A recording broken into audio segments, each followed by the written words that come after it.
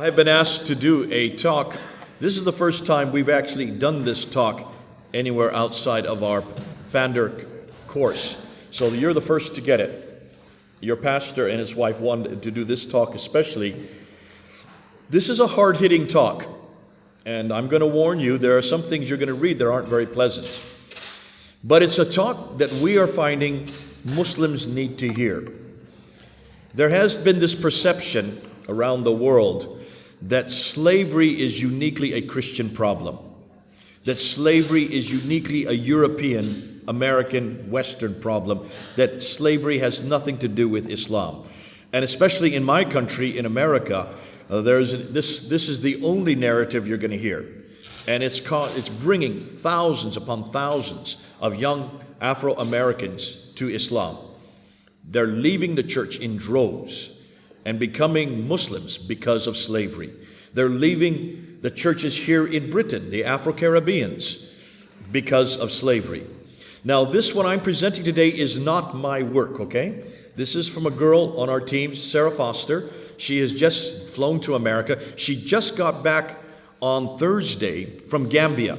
If any of you know the significance of what I'm talking about, in America, if you're Afro-American and you want to know who your slave roots are, you go to Gambia, because this is where Roots, Alex Haley, when he wrote the book Roots, and when he did his research, Kunta Kinte, who was his forebear, came from Banjul, just out of Banjul in Panjim, there in Gambia. And so what has happened, there is now an entire industry of Afro-Americans who are now flying to Gambia to find out about their historical roots in slavery.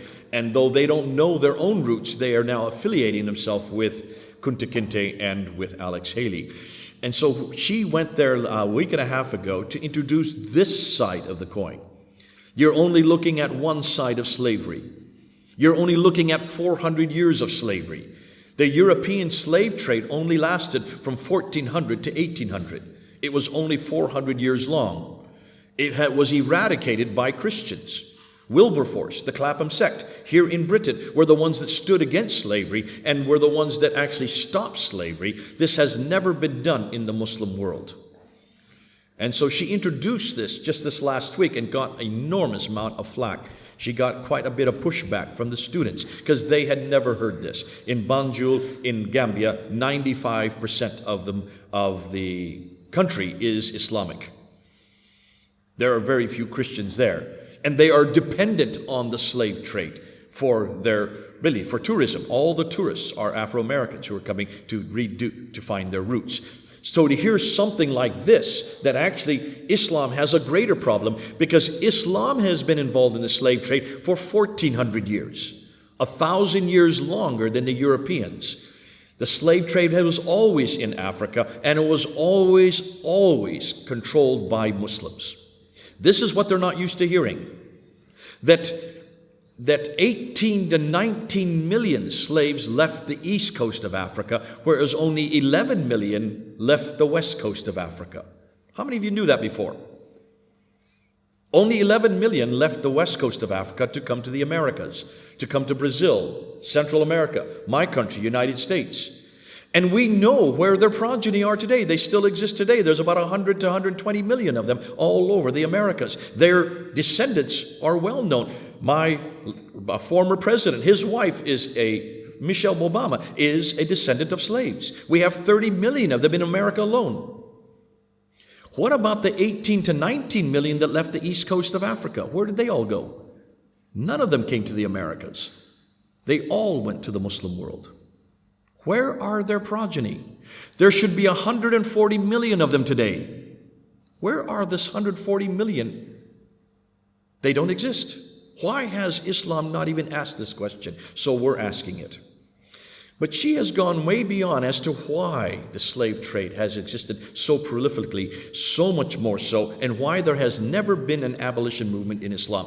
Islam has never abolished slavery. Muslim countries have, yes, they've had to. And almost in every case, they've had to, but under duress because of the United Nations. And the last countries in the world to abolish slavery were in 1960, Saudi Arabia, and 1981, Mauritania. Yet slavery still exists today in Sudan and Mali. And always, slavery is always Arabs enslaving Africans. Never the other way around. It has always been black slavery. So these are the questions she took with her. And so I'm going to use, this is her PowerPoint. I helped her with it a bit, but these are questions that we have dealt with. And so she and I got up on the ladder back in March of last year, and we actually filmed this on the ladder for the first time. 25,000 people have watched that film, just that one film already, and it's causing a huge furore. We're going to now film it much more professionally, and we're going to unpack much of what we're doing today, because she went way beyond slavery to look at colorism in Islam. What do the great men of Islam, what do they say about black people? Quote after quote. You're going to see what they're saying, and it's not very pretty. Okay, so let's go through it, and let's go into this whole introductory of slavery. The Muslim position, the Christian position, and the comparisons between the two. Now, the first things first, what is slavery? It's defined as one of the things that everyone agrees is unethical. The Bible and the Quran use the term slave and slavery in both positive and negative ways. Is a slave a thing or a person? Well, the neutral definition would be a person who is the property of and wholly subject to another, a bondservant. That would be the neutral definition, or a person entirely under the domination of some influence or person. Classical definition from back in Aristotle and the Roman private law was that slaves were the property essential, no different than a farm implement or domesticated animal. What's interesting is that the Aristotle definition did not consider slaves had anything to do with color. Anybody could be a slave, and many of the slaves in the Aristotelian time, and certainly in the Roman time, were white slaves. There was no such thing as only black slaves. They were all colors. They were all ethnic groups. Orlando Patterson says slavery is a process of dishonor, alienation, and social death. Concept of absolute power in the context of slavery. David Bryan Davis talks about it and says the more we learn about slavery, the more difficulty we have defining it. That's the problem. So the position of cultural anthropological scholars is this. Scholars do not agree on a definition of slavery. The term has been used at various times for a wide range of institutions, including plantation slavery, forced labor, the drudgery of factories and sweatshops, child labor, semi-voluntary prostitution, bride price marriage, child adoption for payment, and paid-for surrogate motherhood. Somewhere within this range, the literal meaning of slavery shifts into metaphorical meaning, but it is not entirely clear at what point. Defining slavery can either be from complete freedom on this side all the way to chattel slavery. Oh, wait, you're looking the opposite direction. So complete freedom, am I correct? Is that the right side? All the way to chattel slavery over on this side, and anywhere in between. So there are so many definitions. People are saying people who work at McDonald's today, are they slaves? Because of the fact that they don't have many rights. So we have to be careful how we define slavery. The Muslim position is slavery is good, or it is ordained by Allah. Number two, slavery should not be practiced today as there is no genuine caliphate. Or number three, Islam came to abolish slavery. So you have all three categories, and you'll hear Muslims here in Britain who will adhere to all three categories. Permitted Islamic slavery, those who are prisoners of war, those who are born into slavery. All other forms, they say, have been abolished. That's what they say in Britain.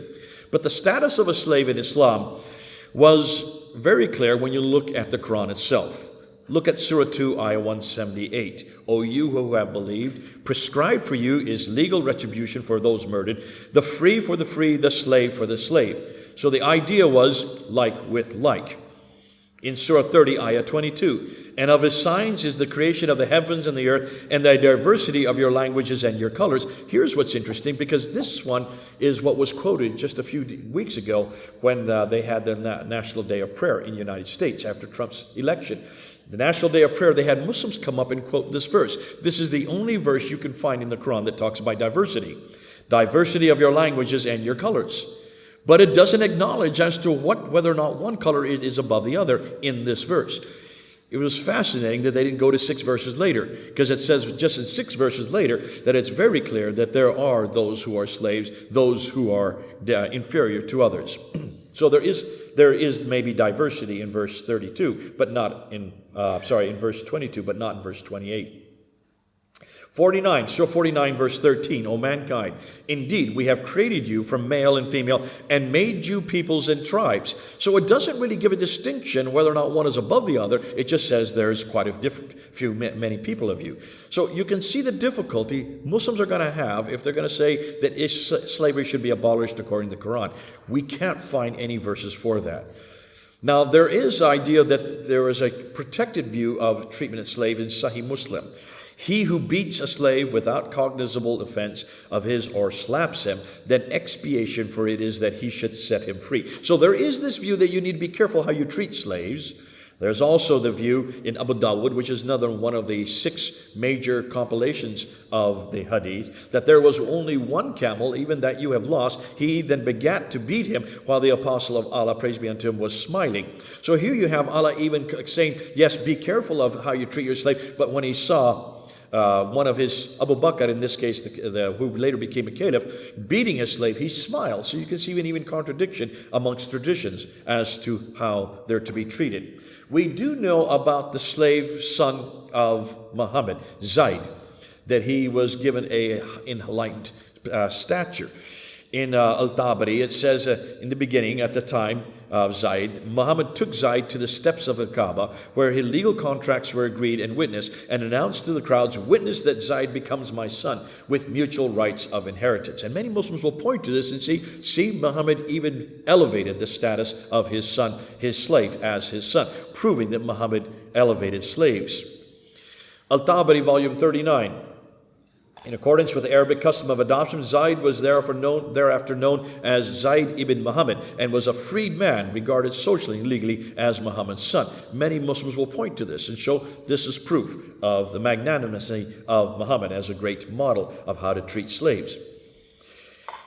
In chapter 33, verse 40, Muhammad is not the father of any of your men, but he is the messenger of Allah and the seal of the prophets, and Allah has full knowledge of all things. Why did this verse get revealed? Al-Tabari tells us why.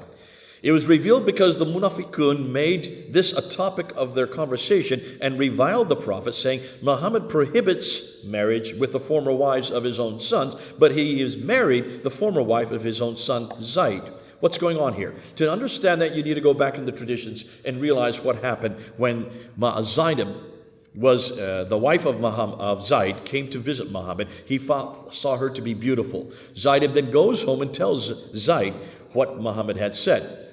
Zayd immediately divorces his wife and lets Muhammad marry her. Now, of course, here's a problem, because if she is the wife of your adopted son, or the wife of your son in this case, this goes against every Arab probity. In the Arab world, nobody can marry the wife of your son.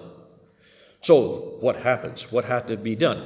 Well, Al-Tabari says Zayd reverted back to be known as the original name of Zayd ibn Haritha, and was no longer considered Muhammad's legal son after the revelation of Surah 33, ayah 5. So once he became the son of Muhammad, it became a problem because he could no longer take his wife, because that goes against Arab law. So then he reverted and eradicated any suggestion that he was his son anymore. Again, to alleviate the problem with marrying Zainab. So the example of Surah 33:50, O Prophet, those indeed we have made lawful to you your wives to whom you have given their due compensation, and those your right hand possesses from what Allah has returned to you. Those your right hand possesses, those are slave women. So anybody is perfect. It's perfectly okay for men to have as their wives slave women. Manumission is something that's difficult in Islam, because where are you going to find reference to manumission? They do exist in the Quran in Surah 24, ayah 33. There is a reference to contract being eradicated. Those who seek a contract for eventual emancipation from among whom your right hand possesses, then make a contract with them if you know there is within them goodness, and give them from the wealth of Allah which He has given you. So it seemed to suggest in the Quran that slaves that want to be emancipated can do so. And Muslims love to point to Surah 24, ayah 33. The difficulty is, what are you going to do with Surah 8, ayah 67?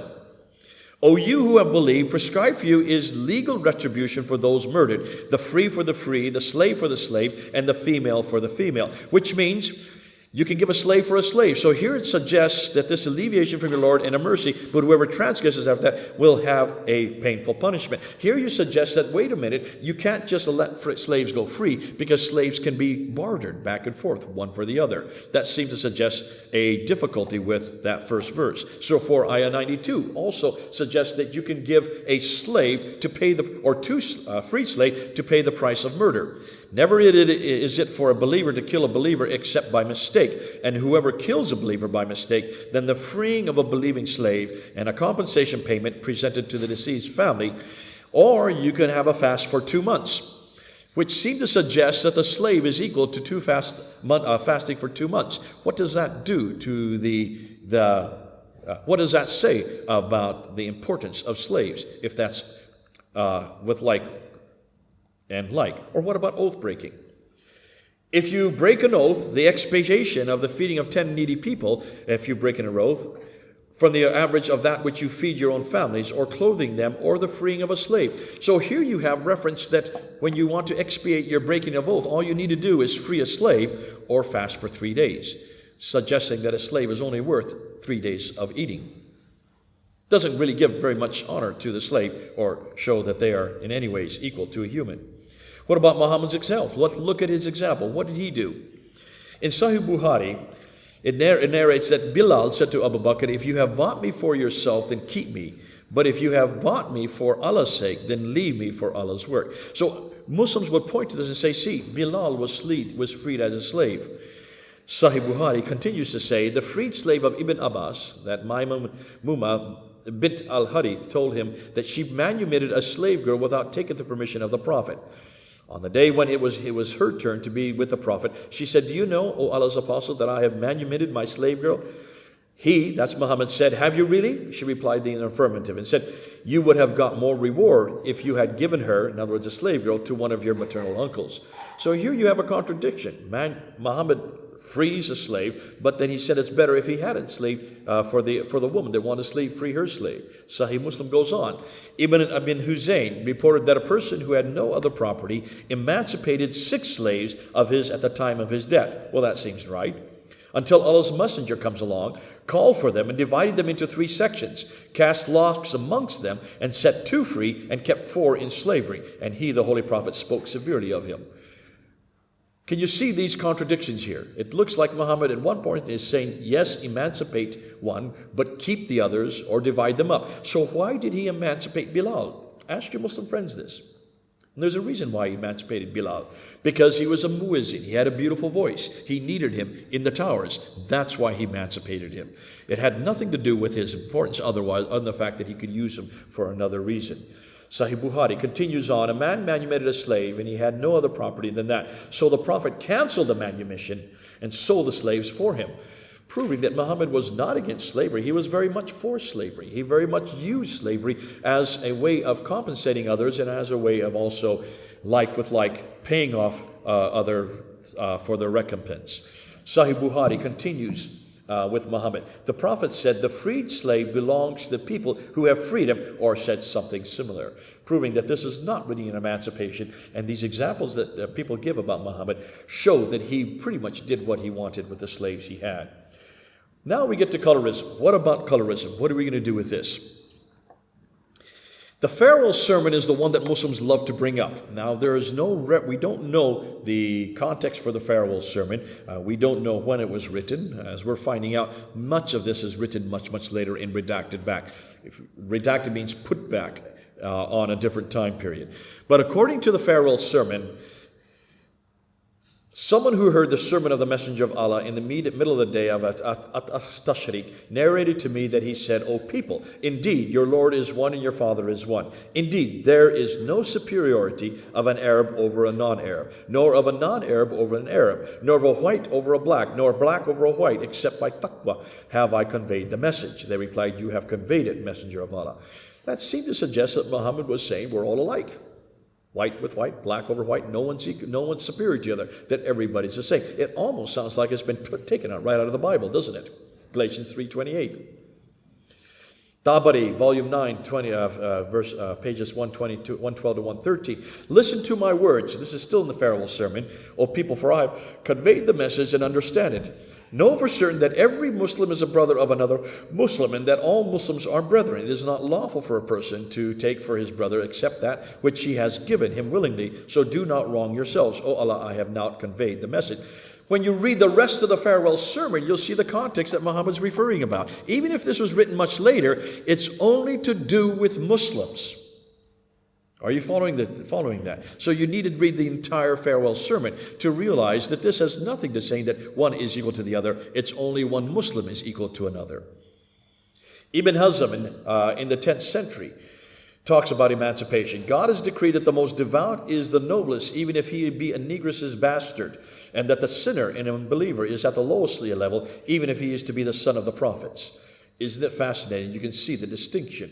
Almost they're looking at two criteria. The lowest is the negress's bastard, and the highest is the son of the prophets, suggesting that they are at the bottom of the totem pole. Sunan Ibn Majah, volume 1, do not marry women for their beauty, which may destroy them, or for their money, which may corrupt them. For religion, a slit-nosed black slave woman, if pious, is preferable. You can already see that the words they're using here are very derogatory concerning black people. Muhammad had very strong views on the black color. Mughafal reported the apostle of Allah, Muhammad, as saying, "Were dogs not a species of creature, I should command that they all be killed, but kill every pure black one." The Prophet did not order the killing of all dogs, for some are to be retained for hunting and watching. He ordered to kill the jet black ones. They might be more mischievous than among them. Already you start to see this idea of being black is inferior, being black is being evil. Strong views on black continues. Abdar reported, this messenger of Allah said, when any one of you stands for prayer and there is a thing before him equal to the back of a saddle that covers him, and in the case there is not before him a thing equal to the back of the saddle, his prayer would be cut off by passing of an ass woman and a black dog. I said, O Abu Adar, what feature is there in a black dog which distinguish it from the red dog and the yellow dog? He said, O son of my brother, I asked the messenger of Allah as you are asking me, and he said, the black dog is a devil. Have any of you heard these quotes before? These are probably all new to you. These were new to us. I had not heard these before. And yet these are all found in their own traditions. Bukhari, strong views on black again. The Prophet said, I saw in a dream a black woman with unkempt hair going out of Medina and settling in Mahia. I interpret that as an epidemic of Medina being transferred to Mahia, namely Al-Jufa. A black woman is equal to an epidemic. It was narrated that Jabbar said, Abu Kuhafa, what was brought on the day of the conquest of Mecca? And his hair and beard were white like the Tagama.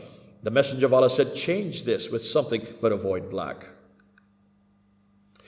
Now we come to the whole hierarchy within society. And this is something you'll find within Islam. There is an enormous amount of hierarchy. And look and see who and what make up the hierarchy. Piety overweighs blackness, and impiety overweighs whiteness. Alam al-Dudi says, Islam is not just a religion, but a revolutionary ideology and program which seeks to alter the social order and rebuild it in conformity with its own tenets and ideas. And what is this order? Well, let's see what Al-Tabari said, who is the first to write the tafsir in the 10th century. Arabs are the most noble people in lineage, the most prominent and the best indeed. So it turns out that those who are at the top of the hierarchy are the Arabs themselves.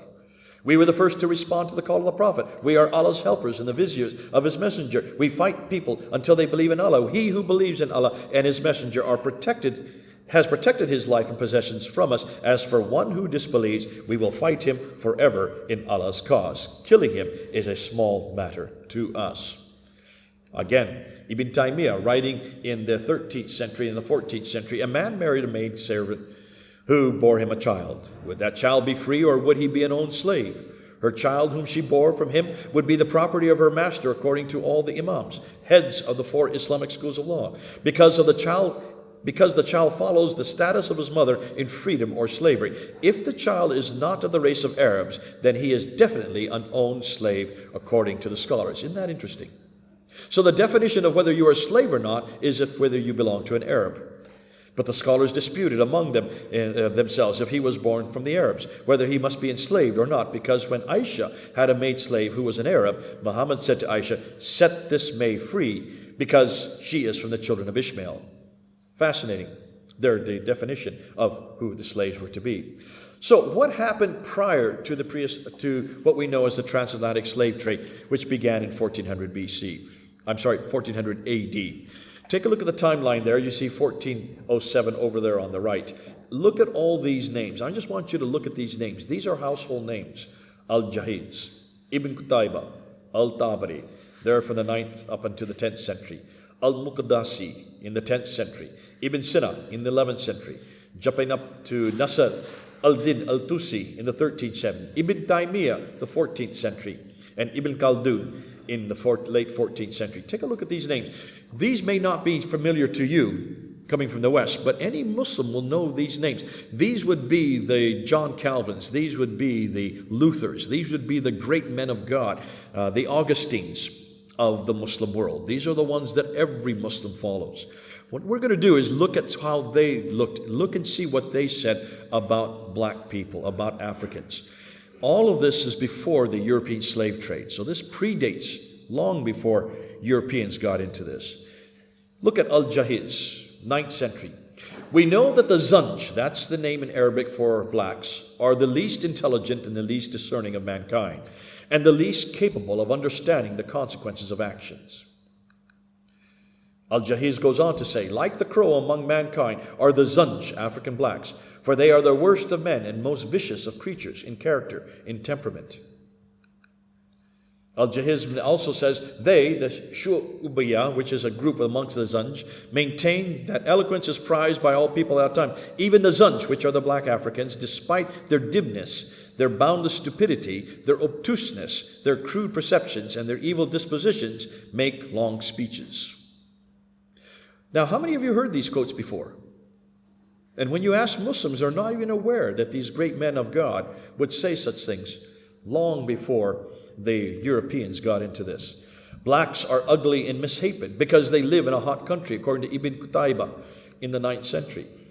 Al-Muqaddasi, writing in the 10th and 11th century, of the neighbors of the Buja, Muqdasi had heard that there is no marriage among them, and the child does not know his father, and they eat people, but God knows best. As for the Zanj, they are the people of black color, flat noses, kinky hair, and little understanding or intelligence.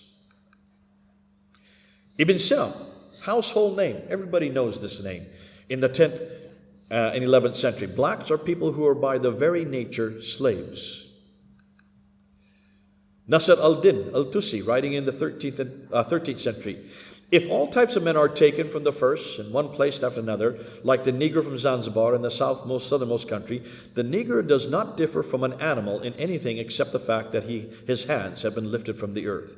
In no other peculiarity or property, except for what God wished. Many have seen that the ape is more capable of being trained than the Negro and more intelligent. Can you imagine repeating this today? And yet this is something Muslims have never read. When we read these to Muslims, they say, this can't be Nasr saying this. No man of God would say this. And yet this is not being permitted to be brought into our schools in America. And yet, can you understand, when black Afro-Americans start reading this, if they start to read, this is the religion they're adopting, because it has no problem with slavery, it has no problem with coloration or colorism. They've got to go back and see how people who are the greatest thinkers of Islam, this is what they thought of Afro-Americans, of Africans. Ibn Khaldun, listen, Khaldun, you all know this name. Highly prized amongst Muslims. Therefore, the Negro nation are, as a rule, submissive to slavery because Negroes have little that is essentially human and have attributes that are quite similar to those of dumb animals, as we have stated. Beyond known peoples of black West Africa, to the south, there is no civilization in the proper sense. There are only humans who are closer to dumb animals than to rational beings. They live in thickets and caves and eat herbs and unprepared grain. They frequently eat each other. They cannot be considered human beings. I mean, to me, it's just absolutely heinous to read this kind of stuff. And yet this comes from the greatest thinkers of Islam. Take a look and see where the timeline is, just to remind you what we're talking about. Edward William Lane on Egyptian slavery, he talks about Egyptian slavery, and he says the price of a white slave girl is usually from the treble to tenfold that of an Abyssinian, and the price of a black girl about half or two-thirds, or considerably more if well instructed in the art of cookery. The black slaves are generally employed as menials. So looking and understanding when they're in Egypt, he could see this differentiation. Yet what's interesting is when you look at Muhammad, take a look at what Al-Bukhari and Sahih Muslim and Ibn Dawud, look at the traditions say about Muhammad, that he had white legs, that he had a white forearm, that Muhammad had white armpits, that he had white abdomen and belly, that he had white skin, that he had a handsome white face. I wasn't aware of this until Sarah showed me this. When you look at how the description of Muhammad is, he is not a black, he's very much a white. Why are the Arabs so concerned that Muhammad be white? Unless there is this coloration, this colorism already imbued in their very thinking. They wanted so much to believe that he was a white man. The appearance of Muhammad, not completely white, according to Al-Bukhari, chapter 4, 56. And then Ibn Musa al-Yasunbi says, anyone who says the Prophet was black should be killed. Fascinating. Can you see why we've got to get this into schools? Why Muslims need to read. This is the elephant in the room that they have not talked about. This is their great men of God, and this is how they felt about black people. Colorism in Islam. Pre-Islamic view on color, pre-Islamic literature. This is before the 7th century. When you look at Arab literature, according to Bernard Lewis, he said sometimes describe themselves as black in contrast to Persians, who are red, but at other times as red or white in contrast with Africans, who are black. The characteristic color of the Bedouin is variously stated as olive or brown. So there was not a problem. Prior to Islam, there was not a problem with coloration amongst the Arabs. They really did not have any idea of looking down on black people. They themselves even noted at the times that they were black. During the period immediately following the death of the Prophet in 632 AD, the great Islamic conquest took the new faith to vast areas of Asia and also to Africa. A new situation was created, and many changes can be observed in literature of the time. The first of these is the narrowing, specializing, and fixing of color terms applied to human beings. In time, almost all disappear apart from black, red, and white, and these become ethnic and absolute instead of personal and relative. Together with this specialization in fixing of color terms comes a very clear connotation of inferiority attached to darker and more specifically black skins. So this seems to have been introduced immediately after the time of Muhammad. Looks like it's Islam that introduced this idea of the heinousness of the black skin or the black color. Attitudes in literature, early Islamic period. Take a look at African origin poem Suhain in 660. If my color were pink, women would love me. But the Lord has marred me with blackness. Though I am a slave, my soul is nobly free. Though I am black of color, my character is white. I am covered with a black garment, but under it there is a lustrous garment of white skirts. Even this, can you see the colorisms coming in to their poetry? This is 660. This is 30 years after Muhammad's death. 776, now we're another few generations later. We are alike in color, our faces are black and ugly, our name are shameful. What happened from before Islam versus the introduction of Islam? Jahiz of Basra that we referred to earlier. It is part of your ignorance that in the time of heathendom, that is pre-Islamic Arabia, you regarded us blacks as good enough to marry your women, yet when justice of Islam came, you considered this wrong. Even he recognized that Islam brought this idea that there's something wrong with the black people, and you wouldn't let us marry those of us who are black. When we look at the Quran and the Hadith, the Quran, of course, being the original, their primary revelation, the Hadith being secondary revelation, Bernard Lewis says black is somehow connected with sin, evil, deviltry, and damnation, while white has the opposite associations. Surah 3, Ayah 106, on the day, that means the day of resurrection, when some faces will become white and some faces will become black. As for those whose faces will become black, to them will be said, did you reject faith after accepting it? Then taste the torment in hell for rejecting faith. So those who are going to hell have black faces. Surah 39, Ayah 60, and on the day of resurrection you will see those who lied about Allah with their faces blackened, is there not in hell a residence for the arrogant? Again, suggesting there's something wrong with the color black, even in the Quran. In the traditions of the Hadith, Jami al-Tirmidhi, one of the six most authoritative Hadith, Ibn Abbas narrated saying, the Messenger of Allah said, the black stone descended from paradise, and it was more white than milk. Then it was blackened by the sins of the children of Adam. That's the black stone that's now in the Kaaba. Al-Bukhari narrated Anas ibn Malik saying, Allah's Messenger said, you should listen to and obey your ruler even if he was an Ethiopian black slave whose head looked like a raisin.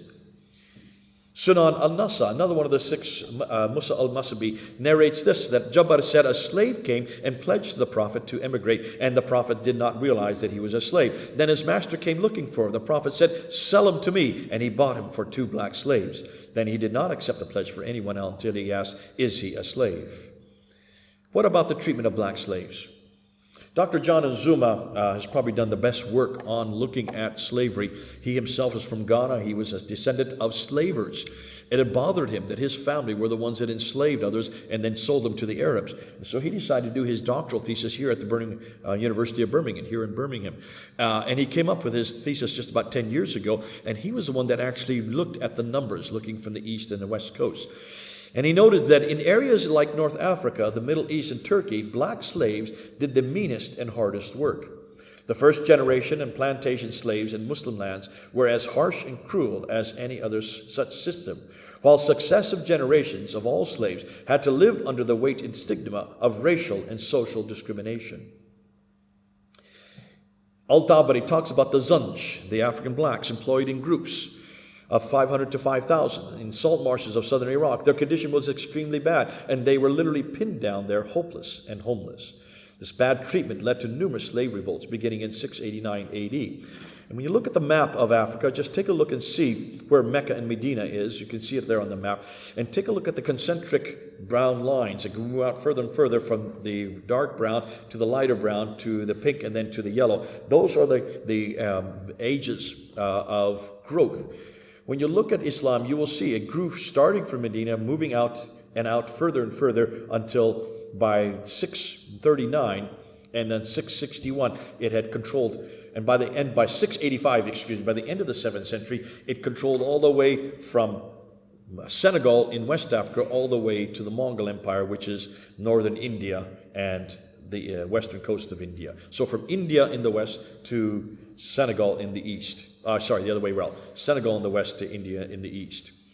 From 639 AD, the trade routes from Africa and Asia, and take a look where most of the trade routes went. Interesting thing is, the Africans didn't go on that trade route. So where did this all come from? Where did this slave come from? Now, historian David Goldenberg states that this idea of the blacks being inferior came from the idea of the curse of Ham. In the 7th century, we begin to see the expressions Banu Ham, Arabic, and Bani Ham, Hebrew, being used as synonyms for black African. This was introduced in the 7th century. Historian Rotter states, during the first 3 Islamic centuries, Banu Ham appears quite often as synonyms for black African. Banu means children of. Historian David Goldberg continues, we first see this explicit link between skin color and slavery in Near Eastern sources beginning in the 7th century. Notably, it's not before the 7th century. The tradition that Noah uttered a dual curse against his son Ham, cursing him with blackness and with slavery at the same time, is very widespread in Islamic sources. Goldenberg also found versions of the curse of Ham in these Muslim sources. Ibn Atta, 647 to 732. Ham begat all those who are black and curly hair. Noah prayed that the hair of Ham's descendants would not grow beyond their ears, and that wherever his descendants met the children of Shem, the latter would enslave them. Now, where did this idea that Ham was black and curly-haired come from? That's not in the Bible. Tabari in 923. Ham begat all those who are black and curly-haired. There you see repeated in the 10th century by Tabari. Noah prayed that the hair of Ham's descendants would not grow beyond their ears. The same thing is repeated, and that one would enslave the other. Ibn Khaldun in the 3rd century repeats this idea. Negroes are the children of Ham, the son of Noah, and they were singled out to be black as a result of Noah's curse, which produced Ham's color and the slavery God inflicted upon his descendants. Where is this idea that Ham was black? And that, yes, the idea that he was to be a slave to his brother is clear, but where did this idea come from? Well, we do know that the curse of Ham comes from the Midrash in Genesis in the 5th century. Rabbi Huna said in Rabbi Joseph's name, Noah declared, "You have prevented me from begetting a fourth son, therefore I curse your fourth son." Rabbi Huna also said in Rabbi Joseph's name, "You have prevented me from doing something in the dark, therefore your seed will be ugly and dark-skinned." He has said, "Ham and the dog copulated in the ark, therefore Ham came black-skinned, while the dog publicly exposes his copulation." It looks like this is where they got the roots from. This could be the source, written in the 5th century in a midrash, which is an apocryphal writing, a Jewish apocryphal writing about the curse of Ham. This is the earliest that we see this idea of Ham being black. The Babylonian Talmud in the 6th century, which is very much the same time period, says that the rabbis thought 3 copulated in the ark, and they were all punished: the dog, the raven, and Ham, the son Ham. The dog was doomed to be tied, and the raven expectorates her seed into her mate's mouth, and Ham was smitten in his skin. So far, the quotes, Ham became black-skinned, Ham was smitten in his skin. What is wrong with these quotes? Well, here's the problem. Let's take a look and see if these are biblical. In Genesis 9:25, we have the curse of Ham. "As a servant of servants shall be to his brothers." When we read Genesis 9:22, "And Ham, the father of Canaan, saw the nakedness of his father and told his 2 brothers outside. Then Shem and Japheth took the garment, laid it on both their shoulders, and walked backwards and covered the nakedness of their father. Their faces were turned backward, and they did not see their father's nakedness. When Noah awoke from his wine and knew what his youngest son had been done to him, he said, 'Cursed be Canaan, a servant of servants shall he be to his brothers.'" Where is there any notion that Canaan or Ham, was black here or had curly hair? Not in the Bible. The Ethiopian scholar Ephraim Isaac, in rabbinic literature, referring to those 2 quotes that we saw from the 5th century, we do not have or find an implication that the descendants of the accursed Canaan are black or African people. Indeed, there was never a question in rabbinic thought. It was Cush and not Canaan who inhabited Africa south of Egypt. So here you get, according to Goldenberg, the claim that 2 Agadic folk tales representing 0.0006% of the overall Talmudic corpus and transmitted by 2 of 1,500 personalities represents the Talmudic view sounds a little ridiculous. Taking only 2 references out of 1,500 references and saying this is what the Bible is saying, but these were only introduced in the 5th century AD. Can you see the problem? How did these attitudes, not in the Bible, get into Islam, therefore? The Cave of Treasures, Ephraim in Syria, in 373 AD, and Canaan was cursed because he had dared to do this, and his seed became a servant of servants. That is to say, to the Egyptians, and the Cushites, and the Mysians, and the Indians, and all the Ethiopians whose skins are black. And because Ham had dared to make a mock of his father, he was called vile, or lascivious, all the days of his life. From 639, we have the Arab conquest into Africa, and there is very little evidence of slave raids in Africa before the Muslim involvement. An Ashanti ruler stated, which is interesting, this predates the Muslim coming into Africa, "I cannot make war to catch slaves in the bush like a thief. My ancestors never did so," suggesting that this was not something that was done before Islam.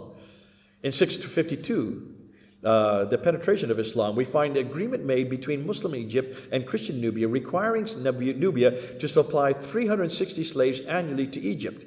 In addition to 360, another 40 were sent annually, either for the Arab officials handling the transaction to compensate for an estimated 10% loss during the transport. It looks like this whole idea of slavery was introduced then in the 650s, or roughly from about 20 years after Muhammad, going up to Egypt. David Bryan Davis comments that by the 8th and 9th century, Arab writers were then writing, increasingly invoked the biblical curse of Canaan to explain why the sons of Ham had been blackened and degraded to the status of natural slaves as punishment for their ancestors' sin. But where did this curse of Canaan support any notion that these were Africans or blacks? William Evans observes that by the 10th century, the curse had been modified to exempt Egyptians and Berbers. Well, isn't that convenient? Arab Islamic slave raids, therefore, are a precursor to the transatlantic slave trades. Edwin Yamuchi concludes, "We see that over the centuries, an obscure text," these 2 texts that we see from the 6th century, was so interpreted by medieval Jews to explain the blackness of Africans, and was then used in turn by Arabs, Europeans, and North Americans to justify slavery, and until recently by Mormons to exclude blacks from their priesthood. Bernard Lewis says the myth of Islamic racial innocence was a Western creation and served a Western purpose. Then in the 18th century, the philosophers of the Enlightenment had praised Islam for its lack of dogmas and mysteries, its freedom from priests and inquisitions and other persecutors, recognizing real qualities but exaggerating them as a polemical weapon against Christian churches and clergy, and completely sloughing over the other quotations that we read earlier from Islam concerning black people. Goldenberg says Lewis did not find any anti-black sentiment in Arabia until the 7th century conquest of Africa and the enslavement of its inhabitants. Snowden and Thompson similarly did not find a prejudiced view of blacks in ancient Greece and Rome. In those earlier times, color did not define a person and was not a criterion for categorizing humanity. Categorizing humanity. In fact, slaves were of all colors. There was no distinction of one color over another. James Harrell then says that Roman slaveholders were neither paternalistic nor racist in the modern sense of the term. Race itself is a modern construct. Although there was views about differing ethnicities in antiquity, there was no so-called scientific theory of skin-colored race until the 19th century. Goldenberg goes on, we first see this explicit link between skin color and slavery in Near Eastern sources beginning in the 7th century. We note its first appearance in Christian West as soon as Europe discovered black Africa and began to engage in the slave trade. And there you can see a map of the slave trade. Now take a look. Even in this map, what's wrong with the map? What's going wrong on the right side? Look at the green lines of East Africa coming down around the Cape. There is no known documentation of any ships coming around the Cape of Good Hope for one very good reason. They couldn't have lasted. No ships could go around them because it was so dangerous. And there would be no reason to take East African coast slaves over to the West. All the slavery that went to the Americas came from the West Coast. What's missing in this map are the numbers. The numbers are missing here. When you look at the numbers, let's just go back. Those who have done the numbers before Dr. John Azuma did are Austin, Lovejoy. These are the two that probably have done the most work. And when you look at the numbers, I don't know if you can see it there, take a look at the entire Atlantic slave trade, and they put the Atlantic slave in millions to 11.7 million. Do you see that there? Can you see that right down? And the slides millions come over from the Atlantic slave trade. The Islamic total is 17 million. Can you see all the red lines going from North Africa? Where did all those slaves go to? They all went up to the Middle East.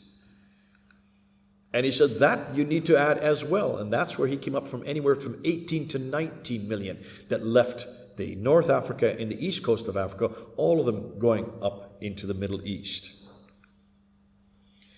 Dr. Ajama Zuma noticed that 11 to 12 million left the west coast of Africa. We know where their progeny are, around 100 million. Whereas 17 to 18 million left the east coast of Africa. We don't know where their progeny are. There should be about 140 million. This is the elephant in the room that Muslims have not dealt with. They have not dealt with their slave past, nor have they dealt with the progeny of those slaves, the descendants of those slaves. Where are their descendants today? Why can't we see wholesale descendants? There is a reason, and this is what John Azuma found. He noticed that in Africa, Islamic slave raids, 2 out of every 3 slaves were women. They didn't need many men for one very good reason. The transatlantic slave trade, 2 out of every 3 slaves were men. And the reason why is because the Atlantic slave trade needed men to work the plantations in Haiti, Dominican Republic, Brazil, southern United States. They needed more men because they needed workers. That's why they brought the wives along to make sure that they were taken care of, that the women could take care of their men, and also for progeny so that they could have children. Because the more children you have, the more slaves you could have.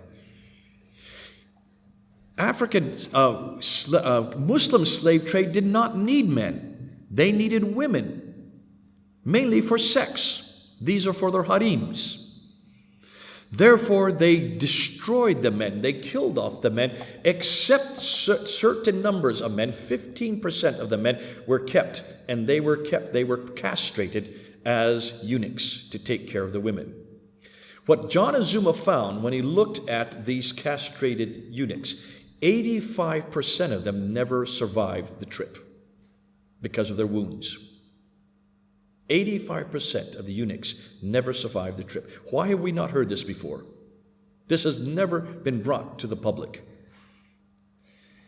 Mortality rate for the Islamic slave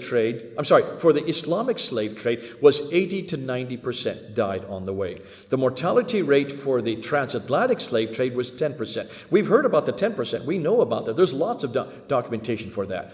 We don't try to hide it. We expose it, and we ask forgiveness for it. It was horrendous that 10% lost their lives. Why haven't Islam dealt with the 80 to 90% mortality rate? Can you see why Islam has an awful lot to answer for? For the Islamic slave trade, the purpose was mainly for sexual exploitation, whereas the transatlantic slave trade, the purpose was mainly for agricultural work. They needed them for their plantations. The Islamic slave trade in Africa, there were few descendants have survived. We see very few. You can see some of their descendants in Libya today, and also in Egypt, and also in Algeria and in North Africa. But rarely do you find any of them in the Middle East, because they were no men. They only used the women as concubines. The transatlantic slave trade, many descendants survive today. We can see their progeny. There's about 120 million of them around the world, 100 to 120 million. And therefore, you can see the numbers that are below there, those who survived and their progeny.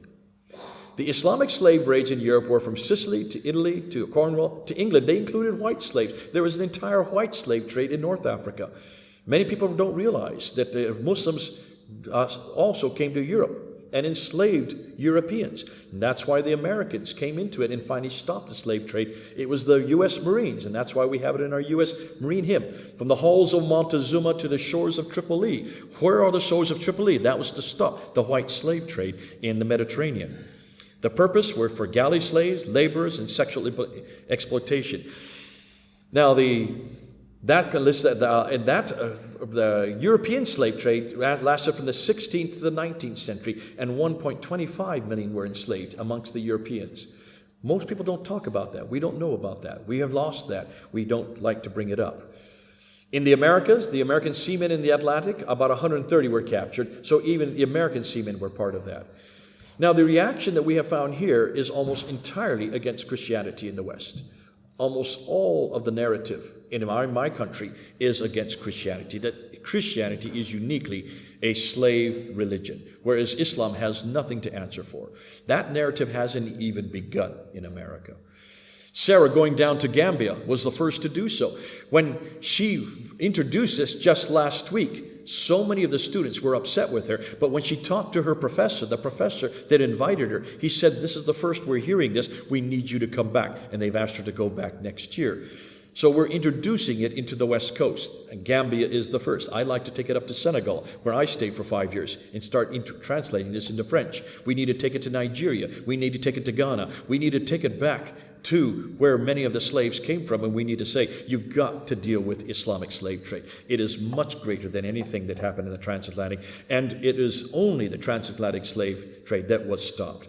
When you look at the Bible, there's a whole study here we can't go into. There's not enough time because I say I only have 5 minutes.